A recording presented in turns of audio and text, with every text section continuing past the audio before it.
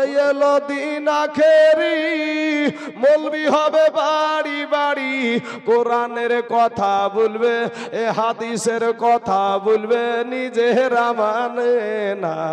ঘন ঘন মসজিদ হবে মুসল্লি পাইবা না, ঘন ঘন মসজিদ হইবে এ ইমা কিয়ামতের নিশানা। কথাটা ঠিক না বেঠিক ভাই? কথাটা ঠিক না বেঠিক? আজ আলেম সমাজ ঘরে ঘরে মৌলবি, আগে এত মৌলবি ছিল না। এই যে বৃদ্ধ যাদের সাদা দাড়ি হয়ে গেছে, এই চাচার একটা ফতোয়া নিতে গেলে কত মৌলবির কাছে যে বাবাজি বড় মৌলবি খুঁজে বের করাই মুশকিল হয়েছে। এখন দেশি বাবাজি মুখে দাঁড়িয়ে নাই, কিছু নাই, এরাই ফতোয়া দিয়ে বসে থাকছে। কোনো ব্যাপার নাই বাবাজি, হ্যাঁ ফতোয়া দেওয়ার বাবাজি মেলা এখন মৌলবি বেরিয়ে গেছে। ভাই আমার শোনা, আমি আপনাদেরকে বলবো, এই দাড়ি পাকা চুল যাদের সাদা দাড়ি হয়ে গেছে, সাদা চুল হয়ে গেছে, এই বাপজিরা যেই রাস্তাটাই ছিল ওটাই হলো আসল রাস্তা। জোরে বলেন সুবহানাল্লাহ। কারণটা কি? আমাদের কাছে নতুন কোন নবী আসে নাই আর আসবেও না। কথা বলেন ঠিক না বেঠিক? নতুন কোন ইসলাম আমাদের কাছে আসে নাই, আসবেও না। 1400 বছর আগে আমার নবী যেই ইসলাম আমাদেরকে দিয়ে গেছেন, সেই বাবাজি সেই ইসলাম আগেও আমাদের কাছে ছিল, এখনো আছে, কিয়ামত পর্যন্ত থাকবে। জোরে বলেন সুবহানাল্লাহ। ভাই আমার, আমি সোনা মানিকেরা, আমি আপনাদেরকে তাহলে এতটুকু আমি একটা মিসাল দিয়ে দিলাম, যখনই বেদাত করবে ভাই, তখনই বলবেন যে এই পাকা মসজিদ আগে ভাঙতে হবে, এই রং করা মসজিদ আগে ভাঙতে হবে। মসজিদে মাইক টাঙাইছেন না টাঙাননি? এই মসজিদে মাইকে আজান হয় না, হয় না? সভাপতি ভাই আমার সোনা ভানির, তোমাকে অন্যভাবে কথা বলছি, তোমার বাবা প্রমাণ করতে পারবে যে এই মসজিদ টাঙ্গিয়ে নবীজির জামানায় আজান হয়েছে? আমার সভাপতি ভাই আমার একটা সুপরিচিত ভাই, কোনো ব্যাপার না আমাদের, ও আমার কলেজার টুকরা সুন্নি ভাই। কারণ আমি মইরা গেলে ও একটু আমার লাগে দোয়া করবে, বুঝতে পারলেন না? আচ্ছা বলেন তো, আপনি যদি মইরা যান আপনার জন্য মানুষ দোয়া করুক, এটা চান না আপনারা? হ্যাঁ, যারা বেদাত করছে না বাপ, তারা কিন্তু ভাই রে আপনার জন্য একটু দোয়া করবে না, আপনার জন্য দোয়া করবেন। আর আমার আল্লাহ পাক বলছেন, তুমি যত চাইবা তত আমি খুশি, যত চাইবা তত খুশি। ভাই আমার শোনা, দলাদলি করে মুসলমানদের অবস্থা ভালো না রে ভাই, মুসলমানের অবস্থা ভালো না। তুমি একটা ভাই কালেমা পড়া মুসলমান, আজ ভাই রে আমি আমার পোশাকে যেই পোশাকটা পরেছি, আমার আদর্শতে ভুল আছে, আমি নিজে ঠিক না, আমি নিজের বিবেক দিয়ে চিন্তা করে দেখছি যে আমার জবান দ্বারা গুনহার কাজ হয়, আমার চোখ দ্বারা গুনহার কাজ হয়, আমার হাত দ্বারা গুনহার কাজ হয়, আমি নিজে ঠিক না বাবাজি। আগে নিজেকে সাইজ করি, মৌলবি তো আমি, মৌলবি নামে পরিচিত, তা আমাকে নিজেকে তো সাইজ করতে হবে, আমি ঠিক না বাবাজি। তারপরে যদি বাবাজি অন্যকে খুব একবারে আমি একসাথে ভুলি চুরি গেলাম, আর বাবাজি মানুষের কাছ থেকে নাম কুড়িয়ে নিলাম, নাম কুড়িয়ে নিয়ে বাবাজি কিয়ামতের দিন কি করবে? ওই বক্তা যেমন কবরে যাবে আর বাঁশের লাঠি রেডি, বুঝতে পেরেছেন? ওই বক্তা যেমন কবরে যাবে বাঁশের লাঠি রেডি।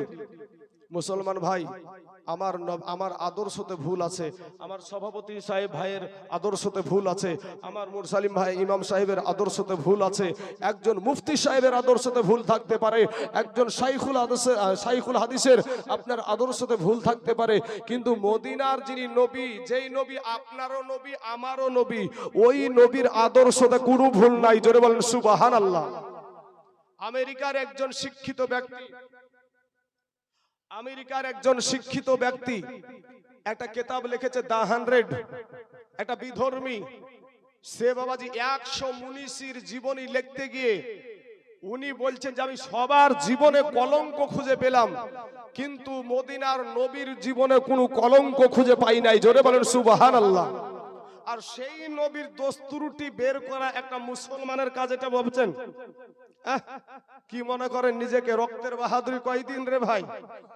এই যে বাপজি আমার বাবাটা বসে আছে, আমার বাপ দক্ষী মানুষ, মানে আমার বাপের বয়সের মানুষ, এই মানুষটা ভাই আমার, এই মানুষটা আমাদের মতন যৌবন একদিন ছিল না গো চাচা? কি বলেন আপনারা? আমাদের চাইতে বেশি ছিল, কারণ মাল হচ্ছে মারিয়া খাওয়া মাল, কাউন খাওয়া মাল, শিয়ানজা খাওয়া মাল, বুটের ছাতু খাওয়া মাল। কি কথা ঠিক না বেঠিক? হ্যাঁ ভাই রে, ও যে বুঝা ওর মাথায় 3 জনা মিলি তুলি দিয়েছে, যে বুঝা আমি বাপ জন্ম, আমার বাপের ক্ষমতা নাই ওরকম বুঝা নিতে। আমাদের চাইতে যৌবন ওর বেশি ছিল। যত সাদা দাড়িওয়ালা ব্যক্তি এখানে বসে আছে আমাদের চাইতে যৌবন ওদের বেশি ছিল। কথা বলেন ঠিক না বেঠিক? হ্যাঁ ভাই, তুমি যৌবনের বাহাদুরি দেখায়ও না। তোমার চাইতে বড় মস্তান ছিল ফেরাউন। কথা বলেন ঠিক না বেঠিক? তোমার চাইতে টাকাওয়ালা ব্যক্তি ছিল সাদ্দাত। কথা বলেন। নিজে জান্নাত তৈরি করেছিল। কথা বলেন ঠিক না বেঠিক? নিজে জান্নাত তৈরি করেছিল আল্লাহর সাথে টেক্কা দিয়ে। জান্নাতের ভিতরে আমার আল্লাহ প্রবেশ করতে দেয়নি। জান্নাতের ভিতরে আমার আল্লাহ প্রবেশ করতে দেয় নাই। কবি বলছেন, কোটি টাকার মালিক দেখো এই অভাব হয় না দূর, আর গরিব ঘুমায় আরাম করে মনটা বাহাদুর। আমার এই শানগুলা আপনারা কিন্তু ব্যাখ্যা করবেন, শানগুলা ব্যাখ্যা করবেন। ভাই রে, আমি সব রকমের যে দিক দিয়ে চালাতে পারবেন, মানে আমাকে বাবা যে বা মসজিদের একটু দেখভালের দিকেও রেখেছে। আমাকে যেদিক দিয়ে নাঙ্গল ধরতে বলবেন, আর নাঙ্গল ধরা বলতে আঁচল ধরা। এখনকার ছেলেমেয়ে বুঝবে না অতটা আঁচল কি জিনিস, তবে আমার বৃদ্ধ চাচারা যারা নাঙ্গল বহাইছে তারা বুঝবে আঁচল বেড়া কাকে বলে। হ্যাঁ তাই না? আঁচল বেড়া কাকে বলে বুঝা। যে দিক দিয়ে আমাকে আঁচল ধরতে বলবেন আমি সেদিক দিয়ে চালাতে পারবো ইনশাআল্লাহ। মেহনত করতে হয় বাবাজি, পড়াশোনা করতে হয়, পড়াশোনা করার দরকার আছে বাবাজি। কথাটা দেখেন কতটা, এই যে শানটা বলছে, কোটি টাকার মালিক দেখো অভাব হয় না দূর, গরিব ঘুমায় আরাম করে মনটা বাহাদুর। এই কথাটা এখন বলবেন। আজ মৌলভী সাহেব কিরকম কথা বলে, যাদের টাকা বেশি আছে তাদের আবার টেনশন কিসে, যার যত টাকা আছে তার তত দুশ্মন আছে। কথা বলেন ঠিক না বেঠিক? আমি আপনাদের এখানে এসেছি ভাই নাম করা আল্লাহর রহমতে, আপনাদের দোয়াতে বাবাজি। এই পশ্চিম বাংলা শুধু না, ঝাড়খণ্ড বলেন আর বিহার বলেন বাবাজি, আর দার্জিলিং এর এই পারে শিলিগুড়ি বলেন, আমি কিন্তু বাবাজি সব জেলাতে মোটামুটি এখন আল্লাহর রহমতে আপনাদের দোয়াতে যাতায়াত চলছে আমার বাবাজি। এটা আল্লাহর হাজার শুকরিয়া। আমার অত এলিমিয়াত নাই। ওই ছেলে, যুবক, একে যদি এখন ধরে, ভাই কি ব্যাপার, কি হলো, পেশাব চাপাইছে তোমার? হ্যাঁ, এই বুড়িয়া মানুষের গাড়া ঢিল হয়নি এখন, আর তোমাদের ঢিল হয়ে যাবে। হ্যাঁ ভাই রে, তুমি আমার মুসলমান ভাই, আঘাত দিতে চাই না ভাই তোমাকে। সোনামণি যুবক ভাই, তোদের পা দুখানা আগায় দে ভাই, বস না ভাই। আপনারা একটু আগে গিয়ে বসেন না, মানে এই দিকখানকে ফাঁকা রেখেছেন, উদিকখানে বা চৈত্র মাসের আইল দিয়েছেন কেন? হ্যাঁ, চৈত্র মাসে ধান লাগাইলে কি করে, আইলগুলা খুব শক্ত করে দেয়, মানে কি পানি যাতে অন্য ভিয়ে না চলে যায়। তো পিছনটাকে ওইরকম ভাবে আইটিয়ে রাখেন না ভাই, মানে পিছনটা ভাইগুলো একটু বসার সুযোগ করে দেন আপনারা। বাবাজি আমার সোনামানিকের, আমি সংক্ষিপ্ত আকারে আপনাদেরকে এইটার একটু ব্যাখ্যা করেছি। কোটি টাকার মালিক দেখো অভাব হয় না দূর। আজ আপনি বেশি লাই বহরমপুরে যান, বহরমপুরে যায় দেখবেন বিবিও চাকরিজীবী, স্বামীও চাকরিজীবী। আপনাদেরকে যদি এখন জিজ্ঞাসা করি, ভাই গো আমরা তো বিবাহিত ছেলে, তো আমরা ভিনু করে দিয়েছে বাপ মায়ে, ভিনু হয়ে গেছে, বা আমরা নিজে থেকে ভিনু হয়ে গেছি। তো ভিনু যদি হয়ে যায়, আমাদের যে খাবারটা রান্না করা হয়েছে, তো যারা আমরা বিবাহিত, আমাদের এই বিবাহিত জীবনটাতে রান্না করে আমাদেরকে খাবারটা খাওয়াই কে গো ভাই? কে খাওয়াই? বিবিতে খাওয়াই না? বিবিতে রান্না করে না ভাই? তো বিবির রান্না করা খাবার এখানে সবাই যারা বিবাহিত, বেশির অংশ যাদের বাড়িতে পরিবার নাই, হয়তো কোনো জায়গাতে গিয়েছে, তাদের বাড়ির বিষয়টা আলাদা। বেশির অংশ মানুষ আমরা বিবির হাতের রান্না করা খাবার খেয়ে এসেছি। কথা ঠিক না ঠিক? কিন্তু ভাই ওই কোটি টাকার মালিক, ওর বউ চাকরিজীবী, ওর স্বামীও চাকরিজীবী, কিন্তু ওর কপালে ভাই তার বিবির হাতের রান্না করা খাবার জুটে। ভালো করে ব্যাখ্যা করবেন, ভালো করে বুঝবেন ভাই। আজকের পরে আর পাওয়া যাবে না। যদি আল্লাহ কোনোদিন আবার রুজিতে লেখে তাহলে হবে ইনশাআল্লাহ, কিন্তু ভাই কাল চাইলে আর পাবেন না ভাই। তাহলে ওই কোটি টাকার মালিকের ও কপাল পোড়ার জীবনে ওর বোর হাতের রান্না করা খাবার খেতে পাই না। আর আপনারা আপনার বিবির হাতের রান্না করা, কষ্ট করে আপনার বিবি রান্না করেছে, হাতে ছেঁকা লেগেছে, তেল ছুটি সে পড়েছে, তেল ছুটি সে পড়েছে, ওই স্কুল উঠেছে, ওই রান্না করা কষ্ট করা খাবার আপনি খেয়ে এসেছেন। কপাল পোড়া আপনি না ও কি করে ও তাহলে খাইলো কি? বাড়িতে আছে একটা চাকরানি। কথা বলেন ঠিক না ঠিক? বাড়িতে একটা চাকরানি আছে, চাকরানিতে রান্না করে দিল, গপাগপ খাইলো, খাইয়া দেয় বাবাজি চাকরিতে চলে গেল। চাকরি থেকে আসলো বৈকাল বেলা টাইমে স্কয়ার ফিল্ড বহরমপুরের বাবাজি, নারী পুরুষ কি মেলা চলছে, আনন্দ ফুর্তি চলছে বাবাজি। 7টার সময় মঘা কোটি টাকার মালিক বাড়িতে ঢুকছে, বউও নাই, বিটিও নাই, বেটাও নাই। রাত 7টাতে ঢুকছে, যাইয়া দেখে বউও নাই, বিটিও নাই, ও বেটাও নাই। চাকরানির হাতে দুইটা খাবার খেয়ে মাউড়ের মতন শুয়েছে। টেনশন, চিন্তা, বউ কই রে আমার, আর আমার বউ কোন দিকে গেল, আমার বিটি কই রে।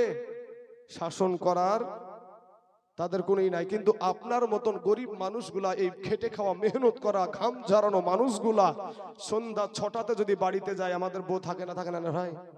হ্যাঁ, সন্ধ্যা 6টাতে, সন্ধ্যা 7টাতে, সন্ধ্যা 8টাতে যখনই যায় তখনই আমাদের বিবি আমাদের বাড়িতে, আমাদের বিটিও আমাদের বাড়িতে। আমরা সারা দিন মান খেটে 300 টাকা ইনকাম হয়েছে বাবা। এই 300 টাকায় স্বামীটা চাল ডাল কিনে নিয়ে এসে বিবির হাতে রান্না করা খাবার খালো রাত 8টার সময়, বিটি বিটির ঘরে, বেটা বেটার ঘরে। এবার আপনার বিবিকে নিয়ে আপনি এই 300 টাকা ইনকাম করে নো টেনশনের, ও বলছে আমার বউ কই রে, ও শালা ঘুম আসে না, আমার চোখে ঘুম নাই, আমার বউ কার সাথে আড্ডা মারে রে। কিন্তু আপনি গরিব মানুষ, খেটে খাওয়া মানুষ, আপনি ভাই 300 টাকা ইনকাম করেছেন, গায়ের ঘাম ঝরে শরীরটা ক্লান্ত হয়ে গেছে, বিবিকে বিছানায় জড়িয়ে ধরিয়ে বাবাজি আরাম করিয়ে নো টেনশনের ঘুম, এমন ঘুম দেয় বাবাজি শরীরটা ক্লান্ত হওয়ার কারণে। লাকে একটা ডাক হয় না, লাকে নাক ডাকে না, ওরে ভাই লাকের এমন ডাক দেয় কোনো চিন্তা নাই তো, টেনশন নাই তো, লাকের ডাকে জানে ট্রাক্টরের হর্ন পর্যন্ত ফেলে যায়, নো টেনশনের ঘুম। তাই কবি বলছেন, কোটি টাকার মালিক দেখো এই অভাব হয় না দূর, আর গরিব ঘুমায় আরাম করে মনটা বাহাদুর। ফেরাউনের লাশটা দেখো, ফেরাউনের লাশটা দেখো, মিশর জাদু ঘরে, খাই না মাটি পোকা মাছি সবাই ঘৃণা করে।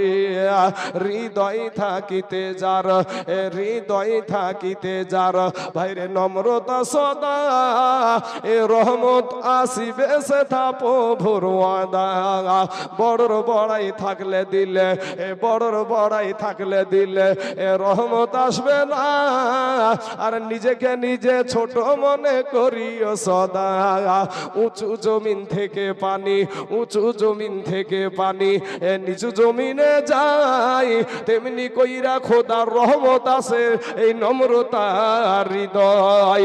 ভোগ বিলাসের বাড়ি গাড়ি, এ ভোগ বিলাসের বাড়ি গাড়ি এ পড়ে রবে সব, থাকতে সময় স্মরণ করো আল্লাহ আমার রব। বাবা গো, ওরে আমার নওজোয়ান তরুণ যুবক ভাইয়েরা, ও আমার কালেমার ভাইয়েরা রে, আমি তোদের দুশ্মন না রে ভাই। আমি কতবার বললাম তোমার পা দুখানা আগায়া দাও ভাই, তোমার পায়ে হাত দিয়া বলি ভাই যে একটা প্যান্ডেল করেছে আমার কমিটির ভাইয়েরা, এইখানকার মুসল্লিরা, এই গ্রামবাসীরা তোমাদের জন্য একটা প্যান্ডেল করেছে, কেন ভাই বসতে চাও না তোমরা?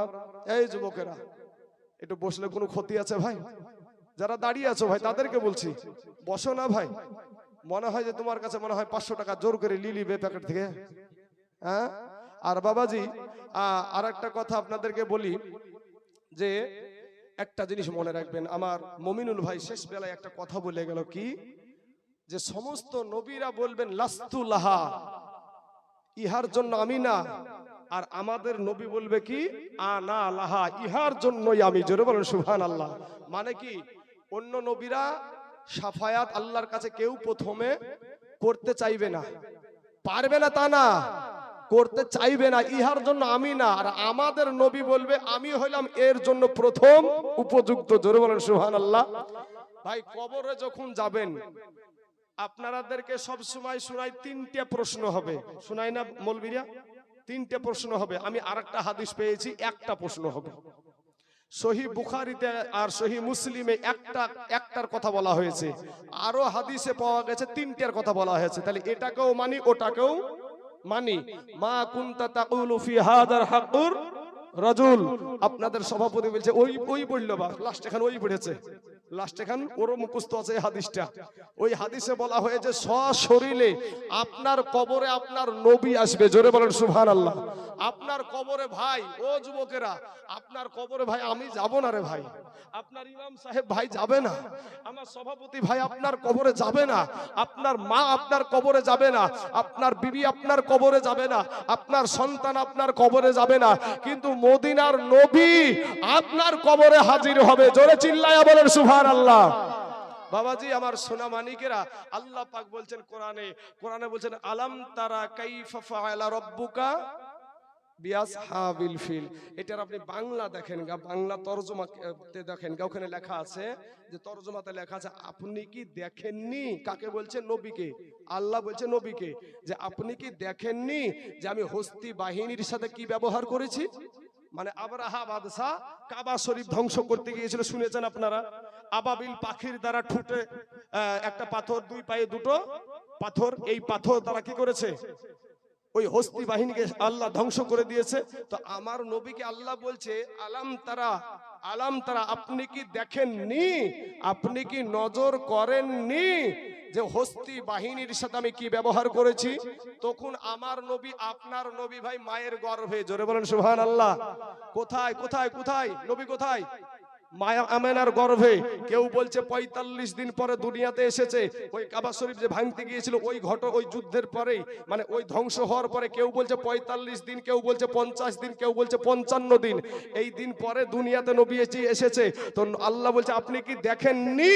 এখন আপনাদেরকে আমি বলি বাপ, আমি যখন এই ন্যাংড়া পায়ে মমতার মতন, মমতা ব্যানার্জির মতন বাবা যে একবার ন্যাংড়া পায়ে খেলেছিল না, হ্যাঁ, তো আমি এই ন্যাংড়া পায়ে যে খোঁড়াতে খোঁড়াতে খোঁড়াতে উঠলাম, আপনারা যারা হাজির ছিলেন তারা দেখেছেন না দেখেননি? দেখেছেন? হাজির ছিলেন বলি তো দেখেছেন না? যারা পাপড় পাপড় খেয়ে বেড়াচ্ছে তারা দেখেছে?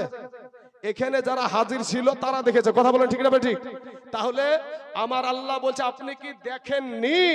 আপনাদেরকে যেমন আমি প্রশ্ন করছি, আপনারা কি দেখেননি? আপনারা বলছেন হ্যাঁ দেখেছি। তাহলে আপনারা হাজির আছেন বলি দেখেছেন, হাজির আছেন বলি দেখেছেন, হাজির না থাকলে দেখতে পেতেন না। তা আমার নবীজি মায়ের পেটে, তখন আমার আল্লাহ বলছে আপনি কি দেখেননি যে হস্তি বাহিনীকে কিভাবে সাইজ করেছি? তাহলে বোঝা যায় আমার নবীজি মায়ের পেট থেকে ওই হাতির বাহিনীর সমস্ত ঘটনা আপনার নবী আমার নবী দেখেছে। জোরে বলেন সুবহানাল্লাহ। চলেন আরেকটা কোরআনের আয়াত পড়ি বাপ। আমরা বলে কোরআনের আয়াত পড়ি না, শুধু গান গাই, কতলবি কবর দিয়ে ফেলবো কোরআনের আয়াত দিয়ে, হাদিস দিয়ে। কিন্তু বাবাজি, আমার বাবাজি ডিপার্টমেন্টটা আলাদা। মসজিদের দিকে নজর রাখতে হবে, সুরের দিকে যেতে হবে, বুঝতে পেরেছেন? ওই দিকে যাব। তার একটা আয়াত পড়ি বাপ। আলাম তারা কাইফা ফাআলা রাব্বুকা বিআদ। আমার ভাইজান বসে আছে, জিজ্ঞাসা করেন ভাই বাবাজি, আলাম তারা, আপনি কি নজর করেননি, আপনি কি দেখেননি? যেটাই হোক না কেন, যেটাই হোক না কেন, নজর করাও যা, দেখাও তাই। আপনি কি দেখেননি ওই আদ জাতিকে আমি কিভাবে ধ্বংস করেছিলাম? আমার নবী তখন মায়ের পেটেও না, তখন রুহের জগতে আমার নবী। বাবাজি, ওইখান থেকে হাজার হাজার বছর আগেকার ঘটনা, নবীজি দুনিয়াতে আসার আগের অনেক বছর আগের ঘটনা, সেই ঘটনাকে আমার আল্লাহ বলছে আপনি কি দেখেননি? তাহলে বোঝা যায় যে আমার আল্লাহর দেওয়া শক্তিতে আমার নবী গোটা দুনিয়াটাকে দেখতে পারে। জোরে বলেন সুবহানাল্লাহ। আরেকটা হাদিস পড়ি বাবাজি, আরেকটা হাদিস পড়ি। আমরা নাকি হাদিস পড়ি না। আবু নুয়াইম ইসফাহানি রহমতুল্লাহ আলাইহির হিলিয়াতুল আউলিয়া কিতাবের ৫ম খণ্ডের ১৬ পৃষ্ঠার মধ্যে হাদিসখানা আছে। জোরে বলেন একবার সুবহানাল্লাহ। এই হাদিসখানার মতন এইরকম অদরফা লিয়া দুনিয়া ফাআনা আনজুর ইলাইহা ওয়া ইলা মা হুয়া কাইনুন ফিহা ইলা ইয়াউমিল কিয়ামাতি কাআন্নামা আনজুর ইলা কাফা হাজি। আমার নবীজি ওয়াজ করছে, আমার নবী, আপনার নবী বায়ান করছে কি, যে সারা দুনিয়াটাকে আল্লাহ পাক, নবীজি বলছেন যে সারা দুনিয়াটাকে আল্লাহ পাক আমার সম্মুখে তুলে ধরে রেখেছেন, ফলে ইহা আমি দেখতেছি। কতদিন দেখবে? নবীজি দুনিয়াতে থাকাকালীন না দুনিয়া থেকে পর্দা করার পরেও দেখবে? ও ব্রাদার ইসলাম, ওই হাদিসের শেষ অংশে বলছেন ইলা ইয়াউমিল কিয়ামাতি কাআন্নামা আনজুরু ইলা কাফা হাজি। কিয়ামত পর্যন্ত যা কিছু হবে সব কিছুই আমার নবী, আপনার নবী তার হাতের তালুর মতো দেখতেই থাকবে। জোরে বলেন সুবহানাল্লাহ। এটা কি বলা হয়? হাজির ও নাজির। বুঝতে পারলেন? এটা কি বলা হয়? হাজির ও নাজির। কোরআন থেকে প্রমাণ, কোরআনের বাইরে যেতে পারবো ভাই? আমার ভাই একটা বললো, কে যেন সভাপতি ভাই তো বললো আপনাদেরকে যে একবার ডোমকুলে উঠিয়েছিলাম। হ্যাঁ ভাই, ডোমকুল থানাতে আমাকে তোলা হয়েছিল।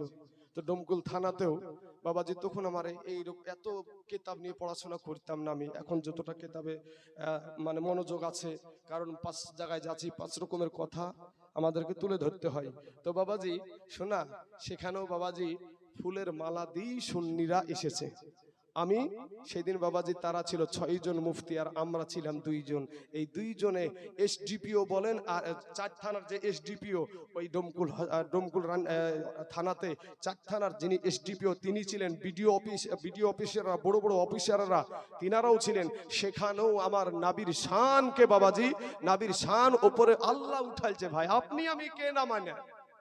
আল্লাহ যাকে সম্মান দিবে আপনি নামাতে পারবেন গো চাচা? ক্ষমতা আছে? আরে বাবা, আমার নবীকে আমার আল্লাহ বলছে ওয়া ইন্নাকা লাআলা খুলুকিন আযীম। আমার আল্লাহ নবীকে বলছেন আখলাকুন নবী, যার ভিতরে কোনো ভুল নাই, যার ভিতরে কোনো ভুল নাই। ওই নবীর আদর্শে আদর্শিত হয়ে যান, আপনার সম্মান আল্লাহ বাড়াইয়া দিবে। জোরে বলেন ঠিক না ঠিক? আমার নবীর আদর্শতে বাবাজি আমার যে পোশাক আছে, আমার এই পোশাক পরিধানে আমার নবীর আদর্শ আছে। আপনি বাথরুমে যাবেন, আপনার নবীর আদর্শ আছে। আপনি আপনার মা বাবার সাথে কেমন ব্যবহার করবেন, তাতে নবীজির আদর্শ আছে। আপনি দেশের মেম্বার হয়ে কেমন করে দেশ পরিচালনা করবেন, তাতে নবীজির আদর্শ আছে। আপনি দেশের মুরব্বীদের সাথে কেমন ব্যবহার করবেন, তাতে নবীজির আদর্শ আছে। আপনি মুরব্বী হয়ে ছেলেদের সঙ্গে কেমন ব্যবহার করবেন, এতিমদের সাথে কেমন ব্যবহার করবেন, তাতে নবীজির আদর্শ আছে। এই মুসলমান বাবাজির আমার ভাই জানেরা, সন্তান তার মা বাবার সাথে কেমন ব্যবহার করবে, তাতে নবীজির আদর্শ আছে। মা বাবা তার সন্তানদেরকে কেমন শিক্ষা দিবে, তাতে নবীজির আদর্শ আছে। এমনকি বাবাজি মাথার চুল কাটাতেও নবীর আদর্শ আছে। জোরে বলেন সুবহানাল্লাহ। সুন্নতি চুল কাটা আছে বাবাজি। ভাই ও যুবকেরা, কোন নায়ক কেমন চুল কেটেছে সেই চুল তুমি কাটো ভাই, তুমি মুসলমানের ছেলে। কোন নায়ক কেমন চুল কেটেছে, এখানে তো মা বোনেরা পাশে বোধহয় আছে নাকি? আচ্ছা, এই জিল্লি যার মানে এই মাল রাখা আছে, মানে পাশে একটা পর্দা দেওয়া আছে, বুঝতে পারছি। তো কোন নায়িকা কোন নায়িকা কেমন পোশাক পরে ওইটার দিকে আমাদের মা বোনদের নজর। পাখি জামা আছে না ভাই? যুবকরা কথা বলতে হবে, যুবক। পাখি জামা, কিরণমালা আছে না নাই? হ্যাঁ, যত রকমের সিরিয়াল আসছে বাবাজি, সিরিয়াল দেখছে আর নামগুলা দেখছে, আর ওইটার উপরই ওদের চাহিদা। ইসলামের যে সৌন্দর্যর একটা আপনার পোশাক আছে সেটা পরতে রাজি না, ইসলামের পোশাক পরতে রাজি না। মাথার চুল কাটতে গেছে আপনার সন্তান, আমার ঘরের সন্তান, আপনার ঘরের সন্তান, মাথার চুল কাটতে গিয়ে ওই নাপিতওয়ালাকে যে বলছে, নাপিত ভাই, ও নাপিত ভাই, আমাকে বান্দর কাট দেন, নাহলে হনুমান কাট দেন। মাথার ভিতরে ভাই টিকটিকিও বানায়, এখন দেখবেন মাথার ভিতরে টিকটিকিও বানায়। মিথ্যে বলছেন কি চাচা? হ্যাঁ, আল্লাহর দেওয়া রং পছন্দ হয় না, দেখবেন কুত্তার লেজের মতন রং করে রাস্তায় ঢং করে ঘুরে, নিজেকে বলে মডার্ন। আমি মডার্ন? তোর মডার্ন বাড়ি করবে, তুই কবরে যা। আচ্ছা বলেন তো ভাই, আপনাদেরকে বলি, চাচা ও বাবজি, আপনি আমার বাপ দক্ষী মানুষ, আপনার পেটের সন্তান। আমি একটা কথা আপনাকে জিজ্ঞাসা করব, আপনি জানেন উত্তরটা, এখানে সবাই জানে। তো আপনাকে বলছি বাপ, এই যে আপনার সম্মুখে যে ছেলেটা বসে আছে, এর বয়স কত হবে মোটামুটি? 8 বছর বা 9 বছর, তাই তো? এই বয়সের ছেলে এই দেশের গরুস্থান ময়দানের এই বয়সের ছেলে, এই বয়সের ছেলে বা এর চাইতে নিচু বয়সের ছেলে এই দেশের গরুস্থান ময়দানে আছে না নাই? এই দেশের মানুষ উত্তর দিচ্ছেন না কেন গো? আছে। আমাদের মতন যুবক, যত তরুণ যুবক ভাই এখানে আছে, এই যুবকদের বয়সের আপনাদের গরুস্থান ময়দানে শুয়ে আছে না নাই? এই যে আমার এখানে বৃদ্ধ বাবজিটা বসেছিল, পাশাপাশি যারা সাদা দাড়িওয়ালা মানুষ এখানে বসে আছে, 50 বছর, 60 বছর, 70 বছর বয়সের মানুষ আপনাদের গরুস্থানের ময়দানে আছে না নাই? আসার সিরিয়াল আছে ভাই, যাওয়ার কোনো সিরিয়াল নাই। তুমি ওই বান্দর কাঠ ছাড় ভাই, হনুমান কাঠ ছাড়, নবীর আদর্শই আদর্শিত হও, নবীর আদর্শই আদর্শিত হও।